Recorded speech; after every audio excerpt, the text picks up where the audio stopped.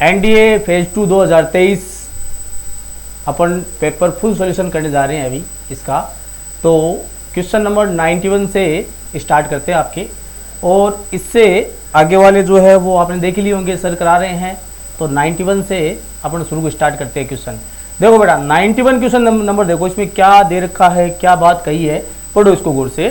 The Cartesian product A cross A has 16 elements among which are 0 2 and 1 3 which of following statement is are correct.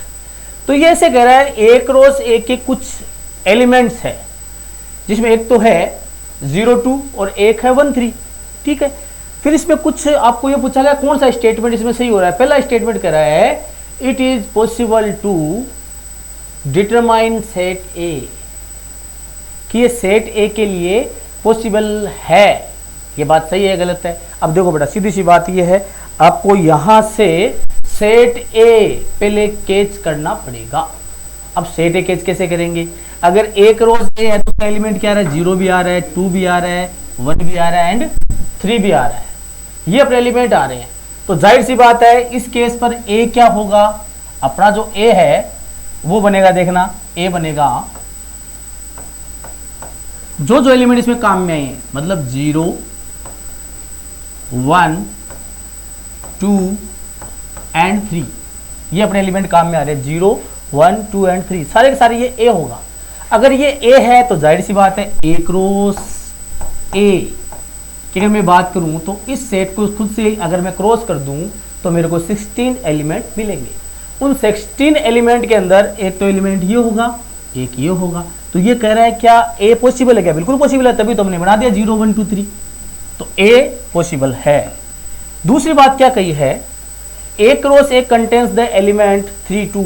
क्या ए cross ए में 3 2 आएगा? बिल्कुल आएगा, क्योंकि ए में 3 है। जब इसको वापस ए से मल्टीप्लाई करूंगा तो ये इस 2 से मल्टीप्लाई होगा, 3 2 आएगा, बिल्कुल आएगा। तो स्टेटमेंट सेकंड भी करेक्ट है। तो अपना इसमें हो गया बोथ फर्स्ट एंड सेकंड।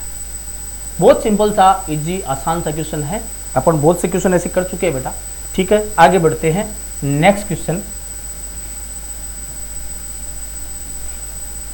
अगला क्वेश्चन देखो बेटा, देखो इसमें क्या दे रखा है आपने। लेट एक कुछ सेट दे रखा है ए 1 2 3 और 20 तक है। Define relation R from A to A का कोई रिलेशन है, और आर इक्वल टू है X Y 4x minus 3y equal to 1 where X Y belongs to A. Which of the following statement is are correct? वही बताना आपको कौन सा स्टेटमेंट सही है, कौन सा गलत है। तो पहला स्टेटमेंट देखो क्या कह रखा है, the domain of R is. अब ये जो दे रखे क्या इसकी डोमेन है क्या? अगर इसकी डोमेन है, डोमेन बोलते हैं बेटा एक्स की वैल्यू को, ध्यान रख लेना आप, डोमेन बोलते हैं एक्स की वैल्यू को। अगर एक्स की वैल्यू इस रिलेशन को सेटिस्फाई कर रही है तो हम कह सकते हैं कि ये डोमेन है। तो अब देखते हैं सेटिस्फाई कर रही है कि नहीं कर रही है। मैं काम करता हूं बड़ी से बड़ी वैल्यू चेक करता हूं। मैंने एक्स की वैल्यू ये जो 16 है इस पे मैं देखता हूं, एक्स की जो वैल्यू 16 है इस पे मैं चेक करके देखता हूं बेटा। एक्स की जगह मैं 16 अगर यहां पुट कर दूं तो देखो मेरे को रिजल्ट क्या मिलेगा। मेरे को मिलेगा 4 into 16 minus 3y equal to 1। अब यहां से y की वैल्यू देखो कितनी बनेगी, ये कितना बनेगा? ये बनेगा 64। 64 उधर जाके 1 से माइनस होगा तो कितना बचेगा? 63। तो ये आ गया y equal minus 63 upon minus 3। तो ये वाली चीज आ गई अपने पास। जैसे इसका डिवाइड करते हो तो आपको पता है कितना आएगा, y इक्वल आएगा 21। और y है वो भी बिलोंग करना चाहिए अपने इस सेट को, क्योंकि a टू a में अपन रिलेशन बना रहे हैं तो डोमेन भी इसको बिलोंग करेगी, और जो मैं बात करता हूँ रेंज की वो भी आपको इस a में बिलोंग करेगी। तो क्या a के अंदर 21 है क्या? a के अंदर तो 20 तक ही है नंबर, लास्ट नंबर 20 है, और ये 21 बिलोंग नहीं कर रहा है। इसका मतलब हम क्या कहेंगे? ये स्टेटमेंट रॉन्ग है, पहला स्टेटमेंट रॉन्ग है। ऐसे हम दूसरे स्टेटमेंट की तरफ बढ़ते हैं। दूसरा स्टेटमेंट क्या कह रहा है? The range of R is 1 5 9 13, ये दे रखा है। अब रेंज बोले तो y की वैल्यू, तो क्यों ना एक काम कर लिया जाए, यहां से इस क्वेश्चन को y इक्वल बनाओ। क्या बनेगा? अगर मैं इसको y इक्वल बनाता हूं तो ये बन जाएगा 3y equal to 4x minus 1, और ये जो 3y है ये 3 अपॉन में आ जाएगा, ऐसा बन जाएगा भाई। ठीक है, अब जाहिर सी बात है आपको जो ये रेंज दिख रही है, रेंज ये y की वैल्यू होनी चाहिए। ठीक है, अब रेंज हम खुद निकाल सकते हैं। अब खुद कैसे निकले सर? तो आप बारी बारी से यहाँ से x की वैल्यू रखोगे, 1 रखोगे। ठीक है, जैसे आपने 1 रखा तो ये बन गया 3/3, 1 रखते ही 3/3 तो 1 आ गया, तो रेंज की पहली वैल्यू मिल गई मुझे। फिर आप जैसे यहाँ 2 रखोगे, 2 रखते ही कितना हो गया 7/3। अब 7/3 तो बिलोंग नहीं कर रहा है इसको, तो उसको छोड़ दो 7/3 को। फिर 3 रखेंगे, 4 रखेंगे, 5, 6, 7 ऐसे रखेंगे, तो ये सारे रिजल्ट मुझे मिलते जाएंगे। तो जैसे मेरे को सारे रिजल्ट मिल जाएंगे तो मैं कह सकता हूँ कि भाई ये वाली जो है इसकी रेंज है। और बात करें अगले की, तो अगला क्या कह रहा है? The range of R is equal to the codomain. Codomain तो पूरा ए हो गया भाई, ए टू ए जो ये पीछे वाला है पूरा कोडोमेन हो गया। अब कोडोमेन है 1 से लेकर 20 तक, और रेंज देखो ये इतनी है। क्या ये और ये इक्वल है? क्या ये इक्वल नहीं है? अब ये इक्वल नहीं है तो जाहिर सी बात है क्या बोल रहा है, इक्वल है। तो ये स्टेटमेंट भी क्या हो गया, रॉन्ग हो गया। तो अपना जो आंसर है वो हो गया ओनली 1। ठीक है बेटा, आगे बढ़ते हैं नेक्स्ट क्वेश्चन की तरफ।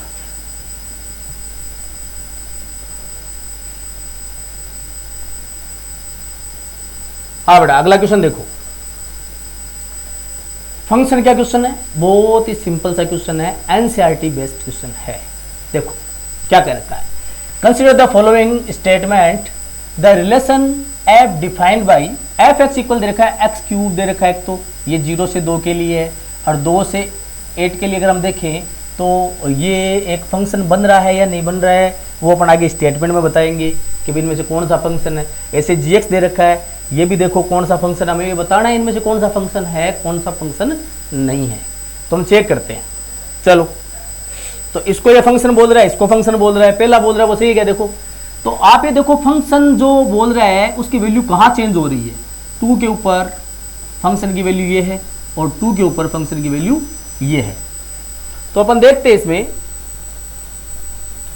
अगर मैं x की वैल्यू 2 यहां पुट कर दूं x क्यूब में, तो ये बन जाएगा 2 का क्यूब। कितना आ जाएगा बेटा? 8 आ जाएगा। और ये यहां से जो 2 है वो इसमें पुट कर दूं, 4 × 2, ये भी कितना आएगा 8। अगर ये दोनों इक्वल आ रहे हैं तो मतलब ये फंक्शन है, ये दोनों इक्वल आ रहे हैं मतलब ये फंक्शन है। हम ग्राफ से भी इसको चेक कर सकते हैं, ऐसा कर सकते हैं कि हम दोनों इक्वल आ रहे हैं तो ये फंक्शन है। आगे वाले में देखें एफ एक्स के बाद दूसरे को देखें जी एक्स को, इसमें देखो फंक्शन की वैल्यू कहाँ चेंज हो रही है, 4 पे चेंज हो रही है। अब 4 पे चेंज हो रही है, 4 आप यहाँ रखो एक बार, क्या बनेगा 16, और यही 4 एक बार यहाँ रखो, कितना बनेगा 12। क्या ये दोनों इक्वल है? क्या ये दोनों इक्वल नहीं है। अब इक्वल नहीं है तो ये फंक्शन नहीं है। अब आपको सर ये क्या लॉजिक हुआ, ये इक्वल नहीं हुआ तो फंक्शन नहीं है, इक्वल हो गया तो फंक्शन है, क्या लॉजिक क्या है इसके पीछे? एक्चुअल में लॉजिक ये हुआ है कि फंक्शन का हम पता कैसे करते हैं, फंक्शन का पता कैसे करते हैं, ये डोमेन है, ये को डोमेन है। अब मान लो डोमेन की जो वैल्यू एक्स की वैल्यू डोमेन की होती है, ये आपने 2 लिया और 2 के साथ आपने 2 जैसे ही यहाँ रखा तो आपको रिजल्ट क्या मिला, आपको रिजल्ट मिला 8, और वापस 2 रखा तो दोबारा क्या मिला, दोबारा भी 8। तो ये 2 का 8 से रिलेशन हो रहा है, कोई दिक्कत नहीं है। लेकिन जैसे ही मैं इसकी बात करूं, इसके अंदर क्या हुआ, इसके अंदर डोमेन में आपने लिया 4, और 4 जैसे आपने यहां रखा तो ये मिला 16।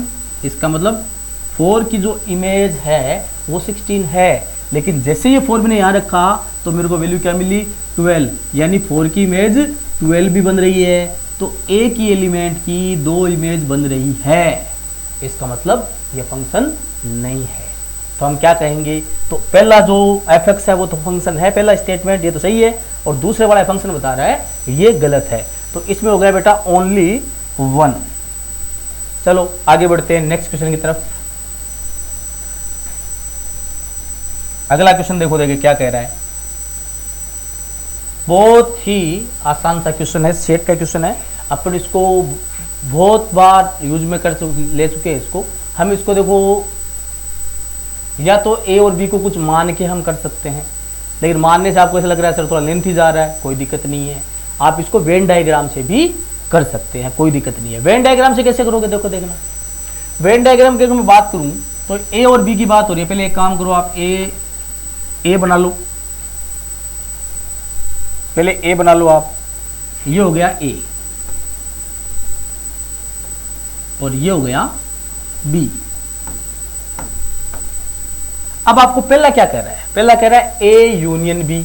अब ए यूनियन बी का मतलब क्या हुआ, ये पूरा हुआ, पूरे को मैंने डायरेक्ट कर दिया एक बार के लिए, ठीक है। फिर क्या कह रहा है, फिर ए यूनियन बी और ए माइनस बी। ए माइनस बी कौन सा है, ए माइनस बी ये होता है भी, ये पूरा ए है, इसमें से अगर बी माइनस करो तो इधर वाला जो ये एरिया दिख गया ना, ये वाला एरिया इतना ये ए माइनस बी है। अब ये कह रहा है कि जो ए माइनस बी है और ए के पूरा यूनियन है, इनका वापिस अगर मैं यूनियन निकाल दूं तो मुझे तो यूनियन ही मिल गया क्या, अरे मिला कि नहीं मिला, मुझे तो वापिस यूनियन मिल गया। इसकी जो वैल्यू है वो बनेगी ए यूनियन बी, और ये क्या बोल रहा है, इसकी वैल्यू ए है, तो ये इसका मतलब ये गलत बोल रहा है। आगे बढ़ते हैं, अच्छा आगे बढ़ते हैं, इसमें देखना एक मिनट। अब की बार क्या कर रखा है, ए जो है बी माइनस ए के साथ इसका यूनियन निकालते हैं, तो वही बात बना लो अपने वेन डायग्राम, ये वही ए, ठीक है, और ये एक बार लेता हूं मैं बी, ए एंड बी। एक पूरा कंप्लीट ये वाला हो गया भाई, ये वाला कंप्लीट सर्कल हो गया, ये ए मान लिया मैंने, उसका यूनियन निकालना है बी माइनस ए। अब बी माइनस ए कौन सा होता है, ये इधर वाला पार्ट जो है इसको हम क्या बोलते हैं, बी माइनस ए। अगर बी माइनस ए को भी मैं डायरेक्ट कर दूं तो जाहिर सी बात, देखो मुझे क्या मिल गया, मुझे पूरा कंप्लीट ए मिल गया, और जो कंप्लीट होता है वो ए यूनियन बी होता है, और इसको ये बोल रहा है ए यूनियन बी के इक्वल। बिल्कुल ये सही बोल रहा है भाई, ये स्टेटमेंट बिल्कुल करेक्ट है।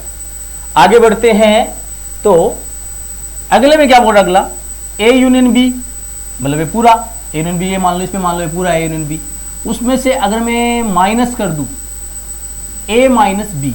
अब ए माइनस बी कौन सा था, ये वाली अगर मैं माइनस कर दूं, ये वाला अगर मैं माइनस कर दूं, ये वाला, तो मेरे पास क्या बचेगा, मेरे पास सिर्फ ये बचेगा, देखो ये बचेगा, ये अगर ये मेरे पास बचेगा तो ये कौन है, बी है, और ये भी क्या बोल रहा है, पी है, तो स्टेटमेंट 3 है वो भी करेक्ट है। इसका मतलब सेकंड एंड थर्ड कौन सा ऑप्शन है भाई, बी ऑप्शन, ये अपना करेक्ट आंसर है। चलो बेटा आगे बढ़ते हैं, नेक्स्ट क्वेश्चन की ओर बढ़ते हैं, देखते हैं क्या है अगला क्वेश्चन। अगला क्वेश्चन देखते हैं, देखो देखो देखो क्या, अरे वाह वाह वाह, ये क्वेश्चन तो हमने बहुत बार कर रखा है, बढ़िया क्वेश्चन है ये क्वेश्चन, तो अपने बहुत बार कर रखा है।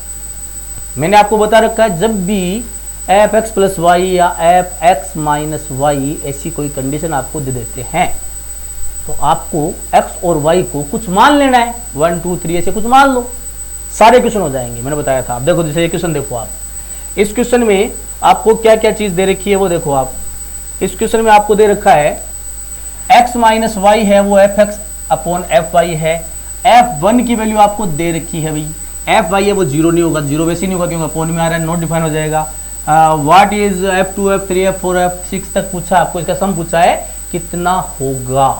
तो देखो भाई क्या करते हैं, सबसे पहला काम ये जो आपको दिख रहा है, क्यों ना मैं इसमें x को 2 मान लूं और पीछे y आ रहा है तो y को 1 मान लेता हूं। जैसे ही मैं मानता हूं तो ये मैं इसके अंदर रख देता हूं। बताओ ये 2 - 1 की बात करेंगे तो ये तो बन जाएगा f1 इक्वल टू ये बन जाएगा f2 और जो नीचे वाला है वो बन जाएगा f1 क्योंकि y को मैंने 1 माना है। f1 और f1 क्रॉस मल्टीप्लाई करूंगा तो f1 का स्क्वायर हो जाएगा और f1 की वैल्यू मेरे को कितनी दे रखी है 0.5, बोले तो हाफ। यानी मैं यहां से कह सकता हूं f2 की जो वैल्यू है, f2 की जो वैल्यू है वो कितनी आई है, देखो देखिए f2 की वैल्यू मेरे पास आ गई f1 का स्क्वायर, f1 का स्क्वायर बोले तो हाफ का स्क्वायर, ये वैल्यू आ गई। अब क्या करें सर आगे, देखो f2 तो आ गया और कौन चाहिए मुझे, f3 चाहिए। तो f3 के लिए क्या काम करता हूं, वही काम, अब की बार x की वैल्यू 3 ले लेता हूं और y की वैल्यू वही 1 ले लेता हूं। जैसे ही 3 और 1 यहां पुट करता हूं तो ये हो जाएगा f2, ये हो जाएगा f2 और ये हो जाएगा f, x की वैल्यू कितनी ली 3 और नीचे आ जाएगा y की वैल्यू मान लिए 1 तो f1। अब बताओ बेटा f2 की वैल्यू कितनी थी अपने पास, F2 की वैल्यू अपने पास थी 1/2 का स्क्वायर, और F1 की वैल्यू क्या थी सर 1/2 थी। अगर मैं इसको क्रॉस मल्टीप्लाई कर दूं तो यहां से F3 की वैल्यू कितनी आ जाएगी, यहां से आ जाएगी हाफ की क्यूब। देखो कितना बढ़िया रिजल्ट मिल रहा है। ऐसे ही आप इसको आगे बढ़ते जाओगे तो अगले नेक्स्ट टाइम में वापस नीचे F1 आएगा, यहाँ F4 आएगा और यहाँ F3 आएगा। F3 की वैल्यू ये क्यूब है, F1 का जैसे ही मल्टीप्लाई करेंगे तो पावर 4 आ जाएगी। इसका मतलब सर ये हो गया कि मेरे को निकालना है F2 प्लस F3 प्लस ऐसे करके F4 plus dot dot dot F6 तक मान लो आप, ये मेरे को निकालना है सर। तो जाहिर सी बात है इन सब की वैल्यू आ गई मेरे पास में। इन सब की वैल्यू की बात करें तो 1/2 का स्क्वायर F2 की वैल्यू, अगला हो गया 1/2 की क्यूब, और अगला हो गया ऐसे चलते चलते 1/2 की पावर में 6, ये F6 की वैल्यू हो गई। और ये हमें जो दिख रहा है बेटा गौर से देखो क्या चीज है, ये एक जीपी है। तो आप जीपी के सम के हिसाब से कर लो, बहुत ही आसान सा काम है। अब जीपी का सम का फॉर्मूला क्या होता है आप सभी जानते होंगे, एस एन इक्वल क्या होता है A 1 minus R to the power N upon 1 minus R. अब इसमें जैसे ही मैं वैल्यू पुट करता हूं मेरे पास नंबर ऑफ टर्म कितनी है भाई, नंबर ऑफ टर्म तो 5 है, क्यों F2 से शुरू हुआ है 6 तक चला है, तो नंबर ऑफ टर्म अपने पास में 5 है। तो मैं यहाँ 5 टर्म तक का सम करता हूँ और A बोलते हैं फर्स्ट टर्म को। मेरे पास फर्स्ट टर्म क्या है, फर्स्ट टर्म तो सर 1/2 का स्क्वायर है, तो पहले इसको लिख देता हूँ 1/2 का स्क्वायर, उसके बाद 1 माइनस आर। आर कितना है देखो, सेकेंड टर्म में फर्स्ट टर्म का डिवाइड करो, देखिए ये 2 पावर से 3 पावर कटेगी तो 1 पावर बच जाएगी, यानी मेरे पास आर बच जाएगा 1/2 की पावर n बोले तो 5, और नीचे है 1 माइनस आर। ये लो बेटा ये आ गया मेरे पास। अब इसको जैसे हम कैलकुलेट करके आगे बढ़ते हैं तो देखो आपको रिजल्ट क्या मिलता है। आगे बढ़ते हैं अपन इसमें, ये मैं मिटा रहा हूं थोड़ा सा।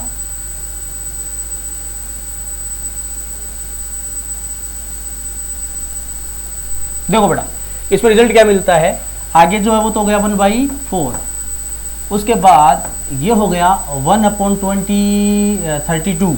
32 को सोल्व करेंगे तो ये आएगा 31/32, और नीचे जो मेरे पास बचेगा वो हाफ बचेगा। अब हाफ बचेगा, इसका 2 कहाँ चला जाएगा ऊपर, ये कैंसिल करो देखिए 2 टाइम, तो अपने पास ऐसे आ जाएगा 31/64। देखो कौन सा आंसर है, D option. D option is the right answer. तो अब आगे बढ़ते हैं नेक्स्ट क्वेश्चन के लिए। देखो बेटा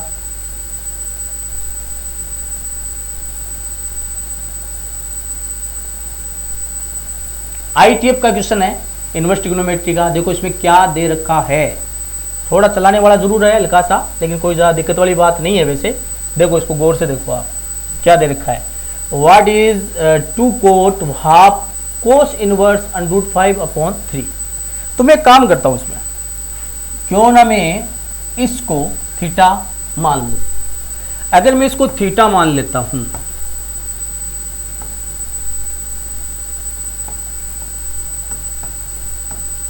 अगर मैं इसको थीटा मान लूं तो जाहिर सी बात है कोस थीटा की वैल्यू क्या बन जाएगी, यहां से कोस थीटा की वैल्यू बन जाएगी √5/3। अब थीटा जैसे आप यहां पुट करते हो तो मेरे पास जो बन गया 2 कोट, ये थीटा है नीचे हाफ है तो θ/2, ये बन गया बेटा रिजल्ट। अब कोट θ/2 का एक पुराना फॉर्मूला होता है, आप जानते होंगे ट्रिग्नोमेट्री का। क्या फॉर्मूला होता है, 2 तो आगे पढ़ाई है। कोट θ/2 का फॉर्मूला होता है √1 + cos θ अपॉन 1 - cos θ। रिजल्ट होता है बेटा ये। अब यहां पर डायरेक्ट एक काम करो ना आप, ये आ गया cos θ का रिजल्ट मेरे पास है, ये रहा 5/3। ये सीधा चिपका दो आप यहाँ। जैसे आप ये चिपकाओगे तो आपको रिजल्ट क्या मिलेगा, आपको रिजल्ट मिलेगा 2 1 + cos θ की वैल्यू है √5/3 5/3, नीचे भी 1 माइनस √5/3। अब इसको आगे बढ़ाते हैं, जैसे एलसीएम वगैरह लेते हैं अपन, तो मेरे पास रिजल्ट आ जाएगा 2 तो पड़ा ही है, ये आ गया 3 प्लस √5 और ये आ गया 3 माइनस √5 और 3 से 3 कैंसिल हो जाएगा। तो मेरे पास आ गया 3 प्लस √5/3 माइनस √5। अब जाहिर सी बात, आपको नीचे √ दिख गया तो क्या काम करना है अपने को रेशनलाइज करना है। जैसे इसको रेशनलाइज करेंगे तो अपने को मल्टीप्लाई करना पड़ेगा। किससे मल्टीप्लाई करना पड़ेगा? इस √ को आगे बढ़ाओ, 3 प्लस ये वाला साइन चेंज करके √5 से ऊपर नीचे मल्टीप्लाई करना पड़ेगा। जैसे इसको मल्टीप्लाई करते हैं बेटा, तो देखो क्या रिजल्ट बन के आता है अपने सामने। ये ऊपर वाला तो हो गया होल स्क्वायर, और नीचे वाला देखो 3 का स्क्वायर 9 और √5 का स्क्वायर 5, तो नीचे बच गया 4। और 4 को इस कंप्लीट √ से बाहर निकालोगे क्या आएगा? 2 आएगा। 2 से ये बाहर वाला 2 हो जाएगा कैंसर। और रही बात ऊपर वाले की, तो ये बन गया होल स्क्वायर, और होल स्क्वायर जैसे √ बाहर निकलेगा तो 3 प्लस √5, ये बेटा आपका फाइनल आंसर आ जाएगा। चलो इसमें देखो कौन सा दिख रहा है अपने को, ये वाला आंसर। चलो आगे बढ़ते हैं बेटा नेक्स्ट क्वेश्चन की ओर। अगला क्वेश्चन क्या है, देखो देखिए, very easy question, very easy. ये देखो सीधा अपन जो ट्रिक वगैरह फॉलो करते हैं, ये उसका क्वेश्चन है, बहुत ही इजी क्वेश्चन है। देखो इसमें क्या करना है, बहुत सिंपल सा फंडा है। Sec inverse P minus cosec inverse Q equal 0। अब 0 कब होता है भाई? सेक इनवर्स और कोसेक इनवर्स 0 कब होता है? तो कोई दिक्कत नहीं है, P और Q को मानो ना आप। तो सर क्या माने? अरे √2 मान लो, ताकि 45 डिग्री बन जाए। 45 0 सीधा सेटिस्फाई करेगा। यानी मैं यहाँ एक काम कर देता हूँ, मैं यहाँ पर इसको मान लेता हूँ let P equal Q equal √2। जैसे मैंने √2 माना तो सेटिस्फाई हो गया।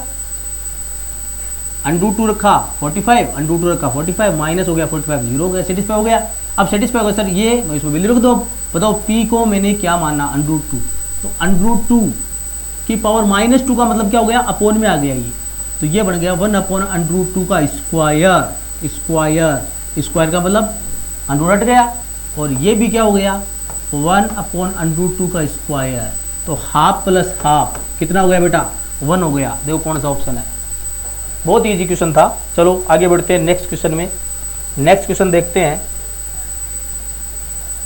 नेक्स्ट क्वेश्चन देखो, इसमें क्या दे रखा है अपने को?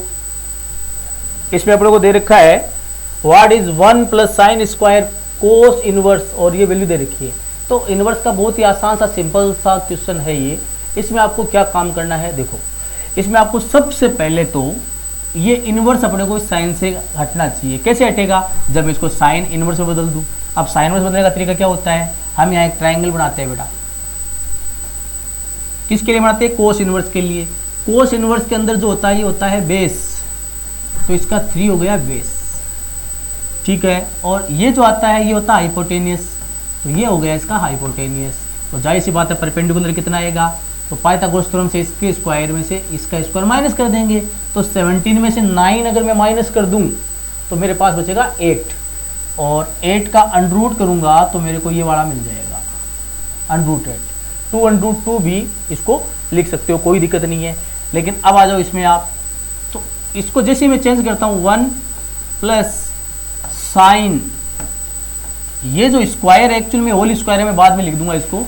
साइन के अंदर आ रहा है कोस इनवर्स, और उसके अंदर आ रहा है 3 सॉरी कोस को मैंने चेंज कर दिया है साइन में, कोस को मैंने साइन में चेंज कर दिया है। तो ये बन जाएगा साइन इनवर्स कितना, देखो आप कितना बनेगा। तो साइन का फॉर्मूला होता है परपेंडिकुलर अपॉन हाइपोटेनियस, तो हो जाएगा √8 अपॉन √17, ये बनेगा। और इस पूरे के ऊपर क्या लगा हुआ है? इस पूरे के ऊपर लगा हुआ है होल स्क्वायर, ये वाला। तो स्क्वायर लगा दो बेटा, इसको उड़ा दो। इसको उड़ाते ही इसका स्क्वायर करेंगे तो √8 जाएगा, तो आपके पास हो गया 8/17 और आगे +1। जैसे एलसीएम लोगे तो ये 17 और +8 कितना हो गया 25, 25 अपॉन 17। देखो बेटा कौन सा ऑप्शन है, 25 अपॉन 17 हो जाएगा। जैसे इसको कैलकुलेट करूंगा मैं तो आंसर जो ए ऑप्शन है वो अपना आंसर हो गया। ठीक है बेटा, आगे बढ़ते हैं नेक्स्ट क्वेश्चन की तरफ।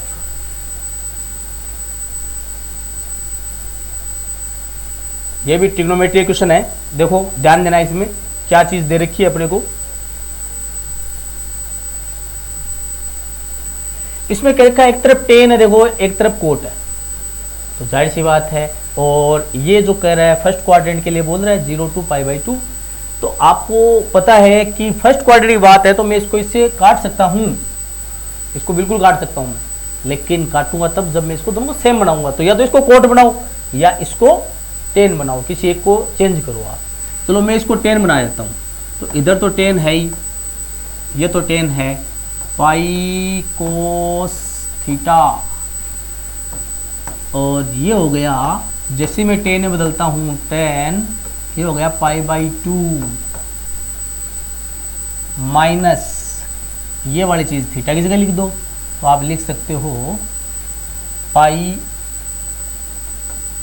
साइन थीटा, ये बन गया। अब आप 10 से 10 उड़ा सकते हो, बिल्कुल उड़ा सकते हो क्योंकि क्वाड्रेंट फर्स्ट है। चलो आगे बढ़ते हैं। अब सर अब क्या होगा, अब मैं कहूँगा देखो पाई, यहाँ भी पाई, यहाँ भी पाई, पाई कॉमन लेके आप पाई को भी यहाँ से हटा सकते हो। अब पाई को अगर आपने हटा दिया, आपके पास रिजल्ट क्या बचा सर, यहाँ तो कोस बचा, इधर माइनस साइन बचा, हमको उठा के इधर ले आओ। ये हो गया sine theta plus cos theta और इक्वल टू ये हाफ बच गया, हाफ। ये अपने एक रिजल्ट आ गया बेटा, इसको एक रिजल्ट देके हम छोड़ देते हैं। आगे बढ़ते हैं, हमें वैल्यू किसकी पूछ रहा है अगला, हमें पूछ रहा है 8 साइन स्क्वायर की वैल्यू बताओ। तो साइन स्क्वायर की वैल्यू सीधे तो निकलती नहीं, इसको कोस में 2 थीटा में चेंज करना पड़ता है। तो आपको एक फॉर्मूला पता होगा, 2 sine square theta equal to होता है 1 प्लस कोस 2 थीटा। ये आपने देख रखा होगा। अब मैं कुछ नहीं करा, यही चीज़ लगाऊंगा मैं। अब मेरे पास मुझे चाहिए 2 साइन स्क्वायर, जब मेरे पास है 8 साइन स्क्वायर, तो 8 में से 4 तो मैं अलग कर देता हूँ और जो 2 साइन स्क्वायर है वो मैं काम में ले लेता हूँ। अब 2 साइन स्क्वायर और थीटा की जगह ये चीज़ है तो इसको डबल कर दूंगा मैं, तो मेरा रिजल्ट बन जाएगा 4 पढ़ाई है ब्रैकेट में 1 प्लस कोस और 2 थीटा। 2 थीटा बोले तो इसका डबल कर देंगे, इसका डबल करेंगे तो ये तो गया π/2 और इसका डबल करेंगे तो ये हो जाएगा 2 थीटा। ये रिजल्ट अपना बन जाएगा। जैसे ही मेरे पास ये रिजल्ट आया तो अब मैंने देख लिया सर ये तो कोस π/2 प्लस थीटा है, कोस π/2 प्लस थीटा तो माइनस साइन 2 थीटा बन जाएगा ये। तो देखते हैं सर 4, तो ये हो गया 1 माइनस साइन 2 थीटा। ये रिजल्ट मेरे पास में यहाँ से आ गया है। सर अब क्या करें, ऊपर वाले पे आओ, ये दिख रहा है आपको। अब जो इक्वेशन फर्स्ट है अगर मैं इसका स्क्वायर कर देता हूँ, सोचो आप अगर मैं इसका स्क्वायर कर दूँ तो ये हो जाएगा sine square plus cos square जो कि 1 होता है, और plus 2 sine theta cos theta 2ab। 2 sine theta cos theta करेंगे तो साइन 2 थीटा बन जाएगा। तो यहाँ से मेरे को साइन 2 थीटा की वैल्यू, साइन 2 थीटा की वैल्यू मिल जाएगी। कितनी मिलेगी बेटा, वो मिलेगी मेरे को, इधर तो 1/4 बनेगा और इधर ये 1 बनेगा, 1 उधर जाएगा, 1/4 में से माइनस होगा तो माइनस का 3/4। ये रिजल्ट मुझे साइन 2 थीटा का मिल जाएगा। और रिजल्ट में जैसे ही यहाँ रख देता हूँ तो मुझे क्या रिजल्ट मिलता है, देखो आप इसमें से क्या रिजल्ट अपने पास आता है निकल के सामने, क्या रिजल्ट आता है, तो वो रिजल्ट अपना आ जाएगा 1। ये बड़ा अपना आंसर हो जाएगा। कैलकुलेट आप कर सकते हो, कोई दिक्कत नहीं है, वैल्यू पुट करनी है, ठीक है, और अपना रिजल्ट क्या आ जाएगा, 1 आ जाएगा। चलो आगे बढ़ते हैं, नेक्स्ट क्वेश्चन की तरफ बढ़ते हैं। अगला क्वेश्चन है, ये तो बेटा अपनी शीट का क्वेश्चन है। अपनी शीट में बहुत बार क्या हुआ है, सेम डेटा भी चेंज नहीं हुआ मेरे हिसाब से, डेटा भी वही है। देखो क्या कह रहा है इसमें, देखो ध्यान देना इसमें क्या हुआ है, if tan alpha equal 1/7 sine beta भी दे रखा है और ये भी फर्स्ट क्वाड्रेंट में alpha and beta, then the value of cos alpha plus 2 beta. तो आप एक काम करो ना, इसमें कोस ए प्लस बी जो हम फॉर्मूला जानते हैं वो लगा दो इसमें। तो कोस ए प्लस बी का फॉर्मूला क्या होता है? कोस ए प्लस बी का फॉर्मूला होता है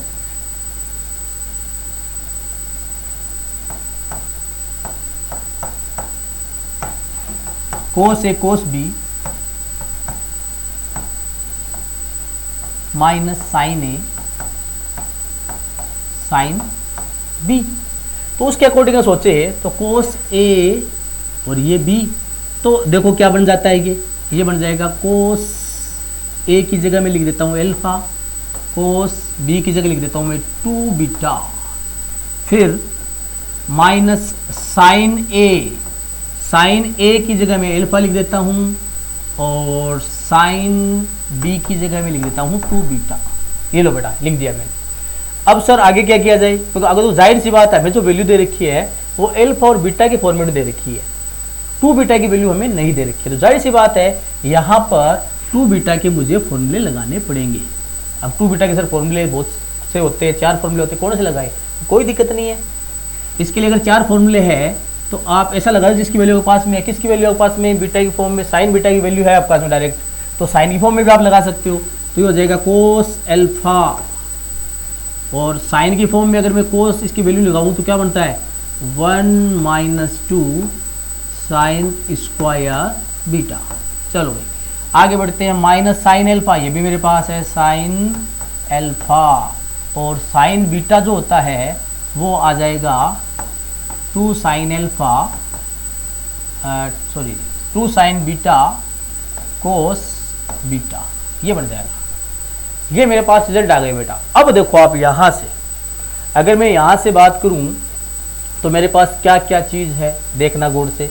मेरे पास में यहाँ पर 10 एल्फा है। क्या हम 10 एल्फा की सहायता से साइन एल्फा निकाल सकते हैं? बिल्कुल निकाल सकते हैं, क्या दिक्कत है? कैसे? ट्रायंगल से। अगर मैं ट्रायंगल बनाता हूँ, इस ट्रायंगल में 10 ये परपेंडिकुलर है और ये है अपनी बेस, तो 1 परपेंडिकुलर है, ये 7 है, तो ये कितना आ जाएगा? ये 50 आ जाएगा। हाइपोटेनियस 150। अब हाइपोटेनियस मेरे पास है तो सबकी वैल्यू रखते जाओ आप, और कुछ नहीं करना, और वैल्यू रख के हमें खाली कैलकुलेट करना है। कैलकुलेट करते हैं आंसर आ जाएगा। अब कोस एल्फा देखो बेटा, कोस एल्फा कितना बनेगा? कोस का फॉर्मूला क्या होता है? Base upon hypotenuse. Base 7, hypotenuse √50। चलो आगे बढ़ते हैं। फिर bracket 1 minus 2 into sine square beta. ये देखो साइन बीटा की वैल्यू सीधी ये है, और इसका स्क्वायर करेंगे तो अंडर रूट हट जाएगा, तो आप सीधा 1/10 लिख सकते हो। चलो आगे बढ़ते हैं। फिर minus sine alpha, sine alpha की वैल्यू यहाँ से निकालेंगे 1/√50, 1/√50, और उसके बाद है इंटू में 2, फिर है साइन बीटा। साइन बीटा सीधा है 1/√10, 1/√10, और उसके बाद मेरे पास वैल्यू रखनी है कोस बीटा। अब कोस बीटा की वैल्यू कहाँ है? तो यहाँ से बना लो भाई। साइन बीटा की वैल्यू अगर ये है तो एक ट्रायंगल और बनाओ। साइन बीटा ये परपेंडिकुलर हो गया और ये हाइपोटेनस हो गया, तो इसका बेस कितना हुआ? इसका बेस देख लो, हो गया 3, क्योंकि इसका स्क्वायर 10 में से अगर 1 का स्क्वायर गया तो 9 बचा, 9 का अंडर रूट करेंगे 3 आ जाएगा। चलो अब इसको बदलना किसमें? मेरे को चाहिए कोस बीटा। कोस बीटा की वैल्यू कितनी है? अब कोस बीटा की वैल्यू के लिए बेस अपॉन हाइपोटेनस, तो 3 इंटू में आ जाएगा 3/√10। ये ऐसा कुछ रिजल्ट बनेगा बेटा। अब इसको हम कैलकुलेट कर लेंगे। जैसे इसको कैलकुलेट करके हम आगे बढ़ते हैं तो मेरा जो फाइनल आंसर आएगा वो 1/√2 आ जाएगा। बस कैलकुलेशन करना और कुछ नहीं करना, ठीक है। आगे बढ़ते हैं बेटा, नेक्स्ट क्वेश्चन की तरफ बढ़ते हैं। देखिए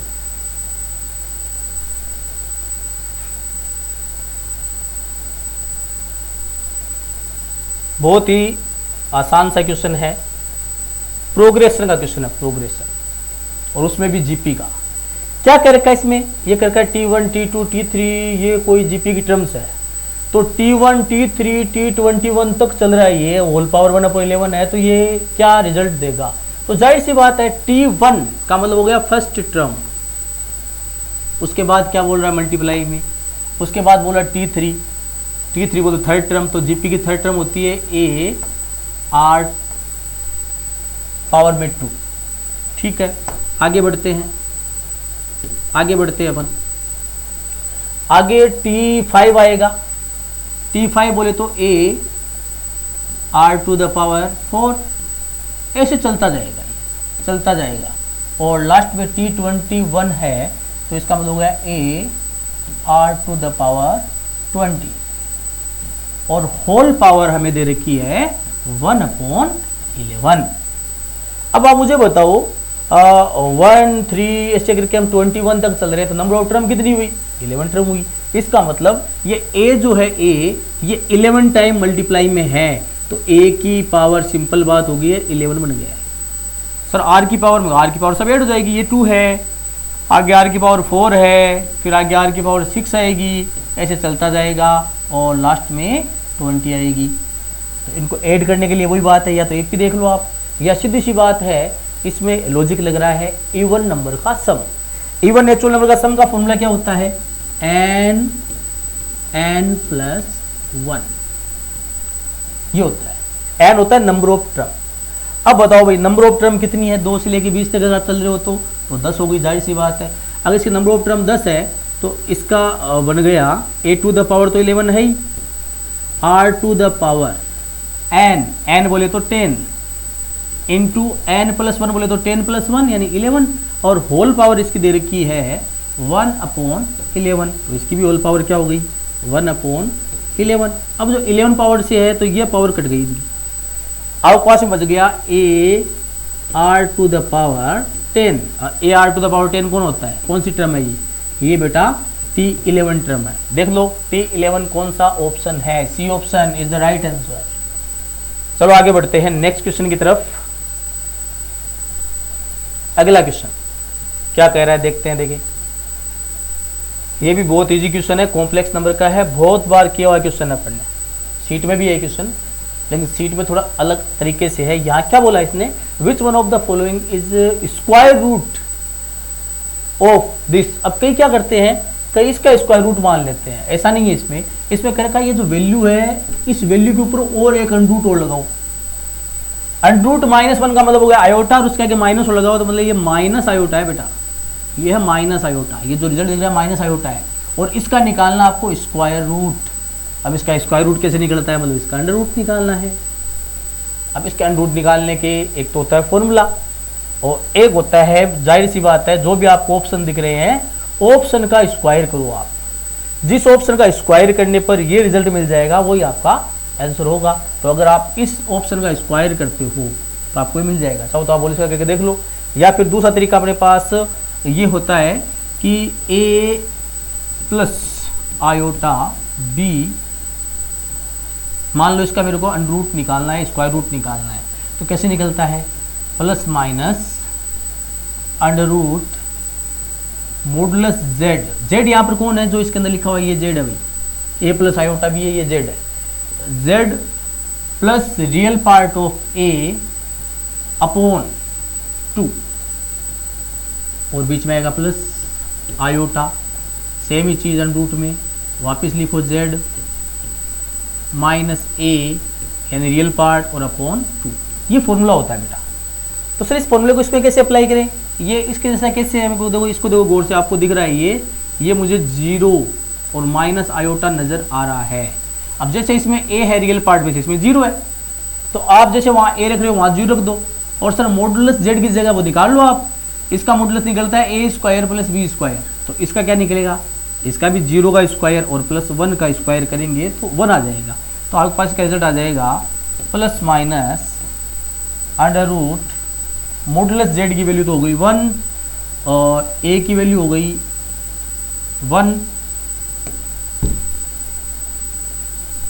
a की वैल्यू हो गई 1 नहीं सॉरी 0, a की वैल्यू हो गई 0 और upon 2 plus iota under root वापिस जेड की वैल्यू 1 माइनस 0/2। ये बन गया बेटा रिजल्ट। अब ये बन गया, देखो ये क्या बन गया, ये 1/√2 बन गया, और ये भी क्या बन गया, ये 1/√2 बन गया। √2 एलसीएम आ रहा है, तो अपना जो रिजल्ट है एक्चुअल में वो गया प्लस माइनस 1 बच गया यहाँ, और यहाँ बच गया प्लस, सॉरी थोड़ा गलती हो गई है, थोड़ा सा बता दिया। ये देखो यहाँ बीच में क्या है, प्लस है, तब यहाँ फॉर्मूले में क्या लिखा गया, प्लस। और अगर बीच में यहाँ माइनस होता है बेटा, इस जगह अगर माइनस होता है तो यहाँ भी बीच में क्या लिखा जाता है, माइनस। तो अपने यहाँ पर फिलहाल देखो क्या है, बीच में माइनस है, 0 माइनस आयोटा, तो इस जगह पर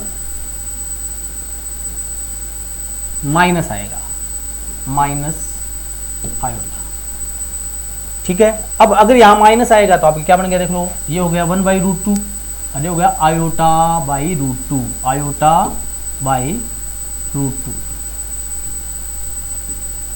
देखो ऐसा ऑप्शन कौन सा है, ये रहा करेक्ट आंसर। चलो बेटा आगे बढ़ते हैं, नेक्स्ट क्वेश्चन। अगला क्वेश्चन देखो क्या दे रखा है अपने को, ये तो बहुत ही सिंपल सा क्वेश्चन है, और अपनी शीट में भी बेटा है क्वेश्चन, अपनी शीट का क्वेश्चन है ये, हूबहू अपनी शीट का क्वेश्चन है।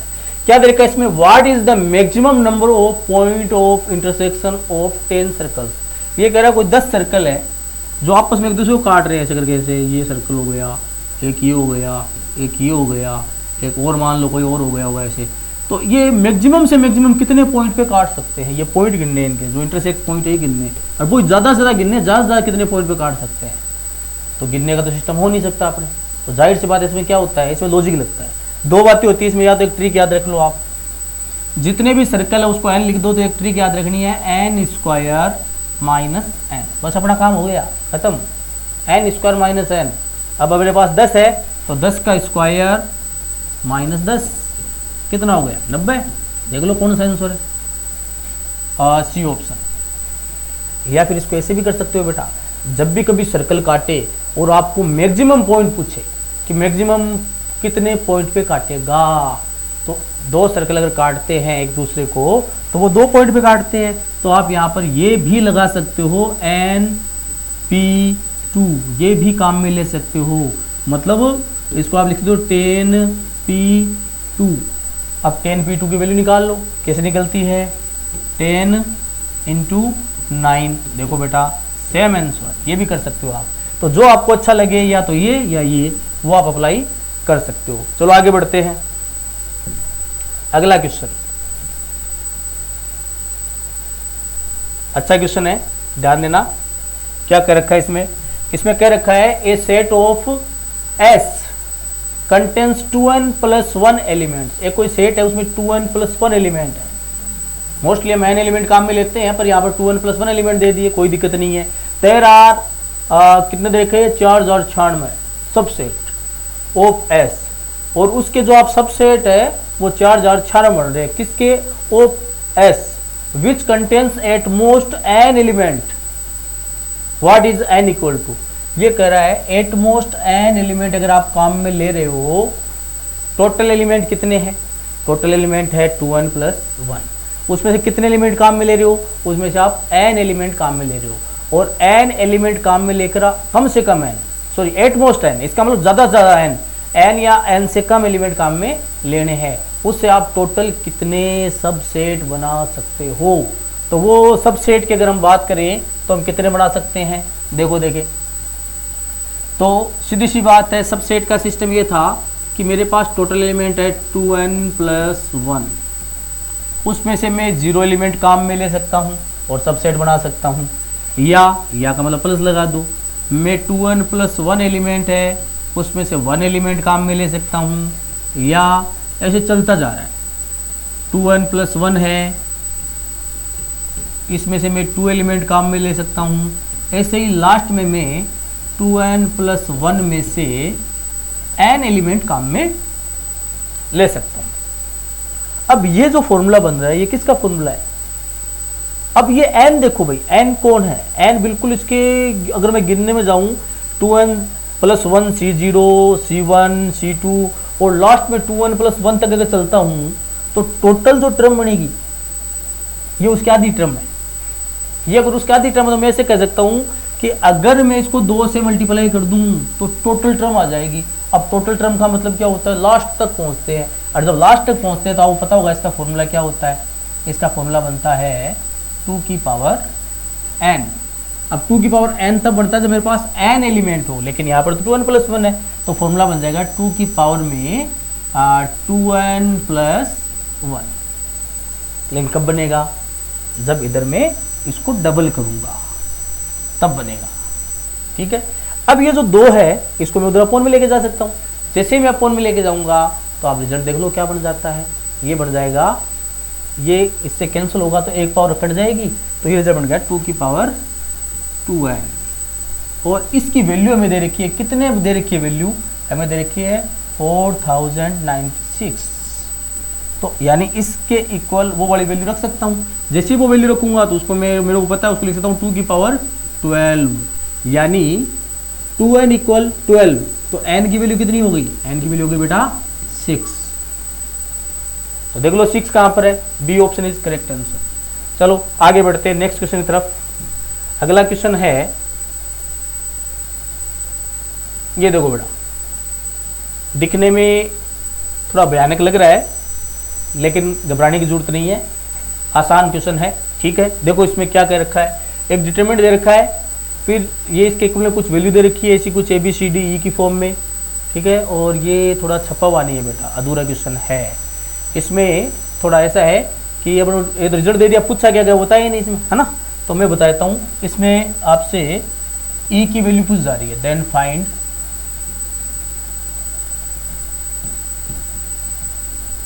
Value of E। ये जो E है ना, E, इसकी वैल्यू आपसे पूछी जा रही है, E की वैल्यू कितनी आएगी। तो ज़्यादा कुछ नहीं करना इसमें आपको। सबसे पहले अगर E की वैल्यू पूछ जा रही है तो इसका मतलब ये X जो है ना वो अपने कोई काम का नहीं रहा। फिर काम का नहीं रहा मतलब ये हुआ कि मैं इसको एज्यूम कर सकता हूँ, और सबसे बढ़िया एज्यूम मैं करूँगा 0। 0 से बढ़िया और कुछ नहीं है। तो क्यों ना मैं यहाँ पर X को 0 एज्यूम कर लूँ, सर उससे फ़ायदा बहुत मज़ेदार काम हो जाएगा। जैसे आप 0 एज्यूम करोगे पता है क्या हो जाएगा, ये देखो क्या हो जाएगा, ये हो जाएगा 0, ये हो जाएगा -1, ये हो जाएगा 3, ये हो जाएगा 1, ये ये 0 हो जाएगा, ये हो जाएगा -4, ये हो जाएगा -3, ये हो जाएगा 4, और ये हो जाएगा 0। बोर्ड से देखो क्या आ गया, ये देखो 0 0 0, और इसकी इमेज ये है, इसकी इमेज ये है, और इसकी इमेज ये है, लेकिन साइन चेंज है। ऐसा कब होता है, ऐसा स्क्यू सिमेट्रिक मैट्रिक्स में होता है। तो सर उसका क्या, उसका ये होता है, अगर स्क्यू सिमेट्रिक मैट्रिक्स, अभी बता रहा हूँ सुनो गौर से इसको, अगर स्क्यू सिमेट्रिक मैट्रिक्स का मैं डिटरमिनेंट निकालता हूँ तो वो 0 आता है। कब आता है, हमेशा नहीं आता, जब ऑर्डर क्या हो, ओड हो, ओड। अब इसका ऑर्डर कितना है, इसका ऑर्डर 3 है, ऑर्डर 3 है मतलब ओड नंबर में आ गया।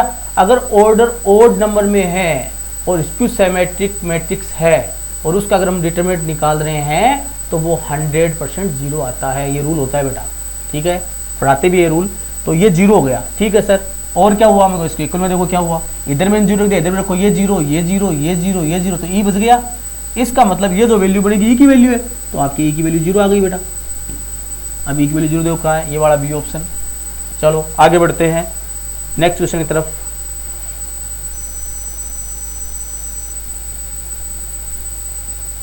नेक्स्ट क्वेश्चन, ये तो लॉजिकल क्वेश्चन है, वैसे याद रखने वाली सी बात है, इसमें कोई लंबी चौड़ी कहानी नहीं है। आप इसमें ऐसा कहा गया है कि कोई अपने पास में if all element of a third order determinant are equal to 0 1 और -1 then the value of the determinants is. ये कह रहा है एक कोई डिटरमिनेंट ले रहे हो आप थर्ड ऑर्डर का, तो 3/3 का ले रहे हो, और उसमें ये वाले एलिमेंट आपने काम में लिए, 1 काम में ले लिया, -1 ले लिया, फिर कहीं -1 ले लिया, कहीं -1 कहीं 1 1, मतलब कोई सा कहीं भी काम में लो, पर आपको यूज 1 और -1 के अलावा और कुछ नहीं लेना है। ऐसा कोई डिटरमिनेंट आपने ले लिया। अब जैसे डिटरमिनेंट लिया तो आप इसका एक्सपेंशन करके देखो और इसका रिजल्ट निकालो। तो बेटा बता दूं मैं आपको, ये रूल याद रख लेना, इसका डिटरमिनेंट क्या आएगा, हमेशा इवन नंबर आएगा। अब इवन नंबर वाले जीरो भी शामिल है, तो जीरो भी शामिल है इसके अंदर, तो इवन नंबर आएगा। वैसा ऑप्शन देख लो कौन सा है, पहला कह रहा ओनली जीरो आएगा, गलत बात है। दूसरा कह रहा है an even number but not necessary zero, इसका मतलब इवन नंबर आएगा लेकिन सिर्फ जीरो आना जरूरी नहीं है। अब जरूरी नहीं का मतलब क्या होता है, जीरो आ सकता है लेकिन जरूरी नहीं है हर बार जीरो ही आएगा, ऐसे कहना चाह रहा है ये, तो बिल्कुल सही है। तो B option is correct answer. चलो आगे बढ़ते हैं नेक्स्ट क्वेश्चन की तरफ। अगला क्वेश्चन क्या कह रहा है, अगला क्वेश्चन कह रहा है, देखो इसको गौर से, ये कह रहा है ए कोई अपने पास मैट्रिक्स है, then what is the value of determinant adjoint A. ये तो बड़ा सीधी प्रॉपर्टी है और कुछ नहीं है। एडजॉइंट ए का अगर आप डिटरमिनेंट निकालते हो तो आपको प्रॉपर्टी याद रखनी पड़ेगी। क्या प्रॉपर्टी है बता देता हूं मैं। तो जो ये ए है ना, इस ए का डिटरमिनेंट उसकी पावर में n-1, n या ऑर्डर है, और उसका होल स्क्वायर, बस सीधी प्रॉपर्टी है, चिपका दो आंसर आ जाएगा। सर डिटरमिनेंट ए कितना है, अब डिटरमिनेंट ए आप जैसे यहाँ से इसका डिटरमिनेंट निकालते हो तो आप पाओगे 5 आएगा, ठीक है। तो ये हो गया 5 की पावर n कितना है, n3 है, तो ये हो गया 3-1 बोले तो 2 और उसका स्क्वायर, यानी हो गया 5 टू द पावर 4 यानी 625। देखो कौन सा ऑप्शन है, D option is the correct answer. चलो आगे बढ़ते हैं नेक्स्ट क्वेश्चन की तरफ। अगला क्वेश्चन देखो बेटा, देखो क्या दे रखा है इसके अंदर, इसमें कह रखा है ए, वो वापस एक मैट्रिक्स दे दिया, देन व्हाट इज, ये देखो कितना आसान क्वेश्चन दे रखा है। अब आसान कैसे है, जब कुछ नहीं देखना, खाली आपको इसे ए को देखना है, ए को देखो क्या है ये ए नहीं एक्चुअली में आई है, ये आई है, आई बोले तो आइडेंटिटी मैट्रिक्स। और एक हम बात जानते हैं, आइडेंटिटी मैट्रिक्स जो होता है उसकी पावर आप n लगाते हो तो वापिस आपको i मिलता है, n belongs to natural number, ये आप जानते ही हो। तो अब आप गौर से देखो, ये i है, इसकी अगर क्यूब है तो क्या बन गया, ये बन गया 23i, ठीक है, -19 ये भी i हो गया, a स्क्वायर है, और 4 है, ये i है ही 4i, तो ये देखो कितना हुआ, ये 23i और ये भी 23i हो जाएगा, दोनों माइनस होंगे तो क्या आ जाएगा बेटा, रिजल्ट आएगा जीरो मैट्रिक्स। जीरो मैट्रिक्स देख लो, नल मैट्रिक्स, ये लो। चलो आगे बढ़ते हैं बेटा नेक्स्ट क्वेश्चन की तरफ।